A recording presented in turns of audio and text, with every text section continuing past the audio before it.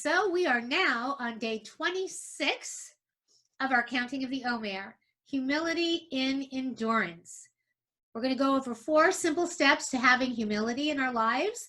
And so what we've got is the Hod of Netzach, humility that's actually the attribute that's flowing through the attribute for our entire week, which is the attribute of Netzach, which is endurance.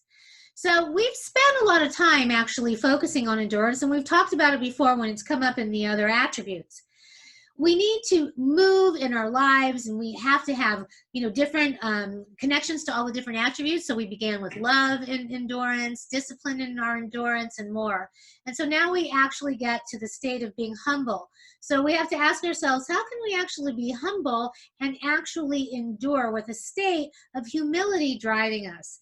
Now, it may actually seem like the two are in conflict with each other, when actually humility makes our endurance stronger, more intense, more powerful.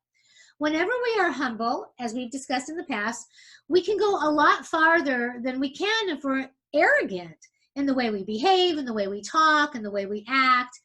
If you cross the finish line and you're arrogant about it, so think about it, you're going to defeat yourself as well as possibly losing a few friends along the way.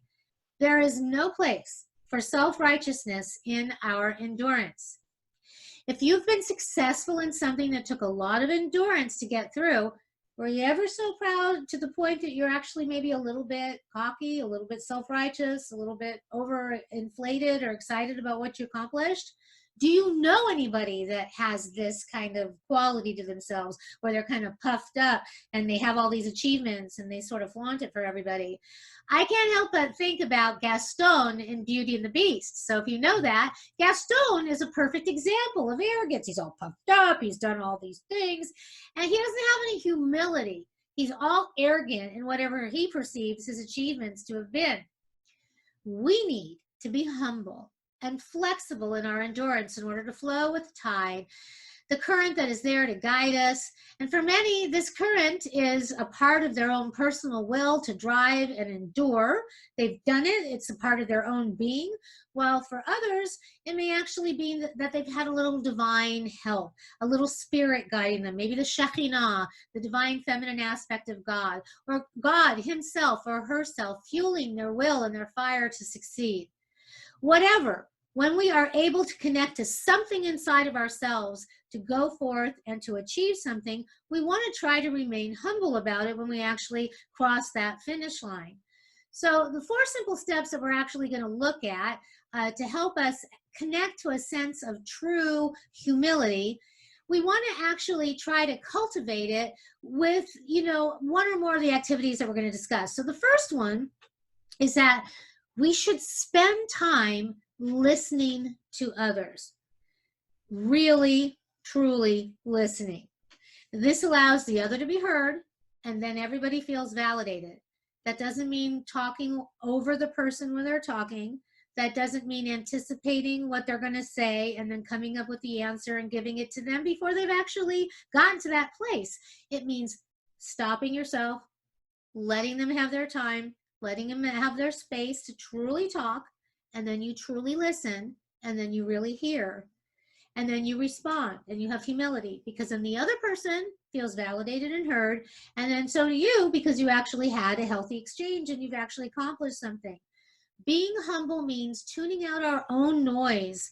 We need to speak and we need to be heard in order for the other to actually be able to hear us. So it's an exchange, and humility helps that process. The next one is that we don't actually want to be afraid to ask for help when we need it. Humility affords us the freedom to actually be human. This means that we accept we have flaws, we have weaknesses, we have shared vulnerabilities. If we're humble and we're able to ask for help, it will be easier for others to do the same. We model this for one another. We see this the most with people who are young at heart, but actually of a certain age, or when somebody's ill. Nobody wants to feel dependent or unable to do what they used to be able to do, what they want to be able to do.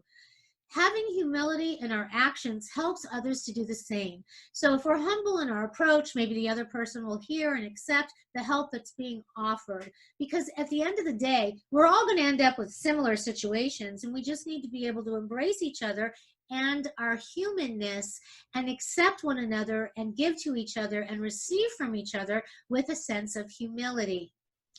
And then we have the next one, which is actually be willing to get some feedback from others. And this is very difficult. Sometimes being open, willing to receive constructive criticism from others, that's if it's healthy, especially if they can be humble. This can elevate everybody, and then we can benefit from the input that's coming in and feel like we have a sense of self-worth and value.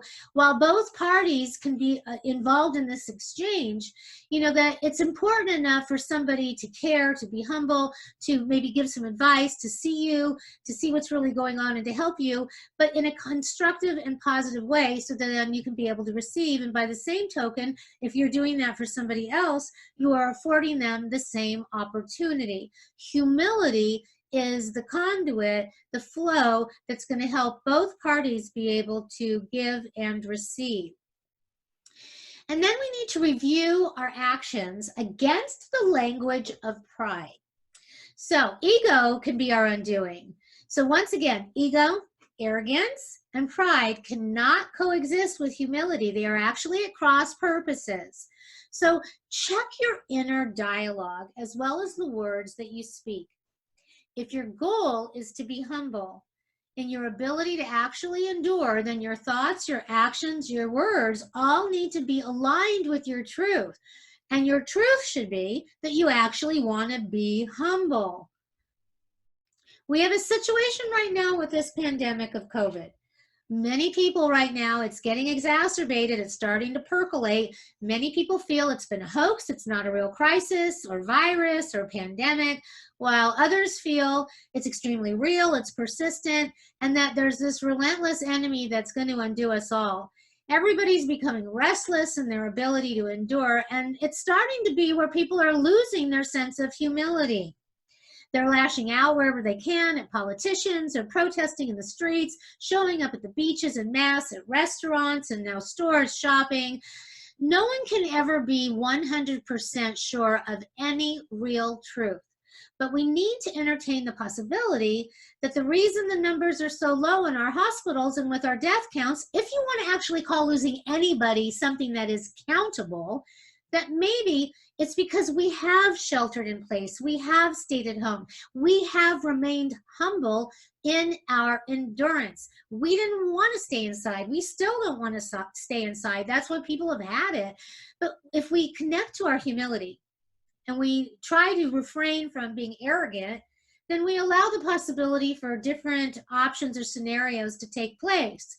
And if we try to stay true to the highest and best in humanity, then those who are working on the front lines, they can do their job, save as many lives as possible, and maybe we can come back to some normalcy sooner rather than later. Humility is key to the endurance. If one person in this situation that we're seeing, if they become more popular or more famous through their dissertation across the globe of whatever's going on, whether it's fact or fiction, in the course of administering their power over the people, they become suspect. Maybe rightfully so, maybe not. I'm not taking any party line here. All I'm trying to say is that whatever we engage in, when we have to endure something, we have to trust in the process. We have to figure out what our truth is, believe in it with all of our being, and act humbly and do whatever we can do to strive to make it through and to endure. And do whatever we think is best for our personal, our collective, and yes, our global safety.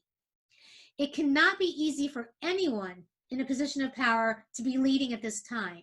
There's a saying, on the highest throne in the world, we still sit only on our bottom.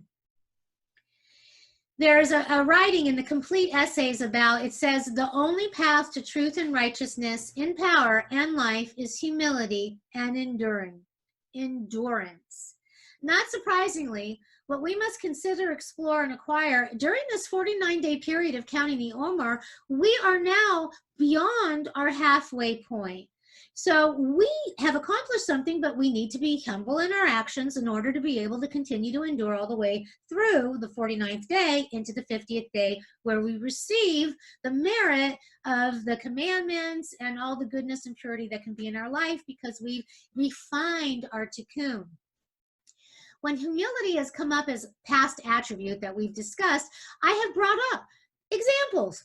Winnie the Pooh, Moses, Abraham, Nelson Mandela, Gandhi, even Mother Teresa. We all need to lead by example. Jews have been commanded to be a light unto the nations, a kingdom of priests. Well, what this actually tells us is that everyone, all humanity, has the power inside to be a leader. And this is afforded to all of us, but we can't lead if we're not humble. Nobody's going to want to follow you if you're arrogant. And it's very important as we go through a pandemic, a crisis, that we have good leaders that actually can remain humble, but that also no one gets arrogant, nobody gets hostile, and both sides, all the parties, try to go forward to endure with some semblance of humility. It is up to us to figure out our own truth and to make our position known to our family, within our own selves, and maybe even our politicians and our government. The point of today is that we should always try to remain humble so that there will be truth in our endurance and truth in the humility that is contained within it, so that someone else will not only hear, but be able to listen, and we can all make a difference. Each one of us, one person at a time. And maybe, in a sense, we already have. Time's going to tell. History's going to unfold. We're going to look back at this and we'll find all kinds of, different ideas on it, and people will debate it. But what we want to know is that humanity survived. We endured with as few casualties as possible, that we were able to continue to love one another, and that maybe take some of the, look for the blessings and the miracles within the disaster and the darkness, the silver lining, so to speak, in the cloud, and carry it forward. And so that we can learn from our lessons, learn from our, vulnerable state that we're all sharing in this planet at this time as one collective humanity, all brothers and sisters. So let us be humble. Let us continue to connect. Let us continue to endure. And let us continue to go on with our counting. So we'll see you tomorrow.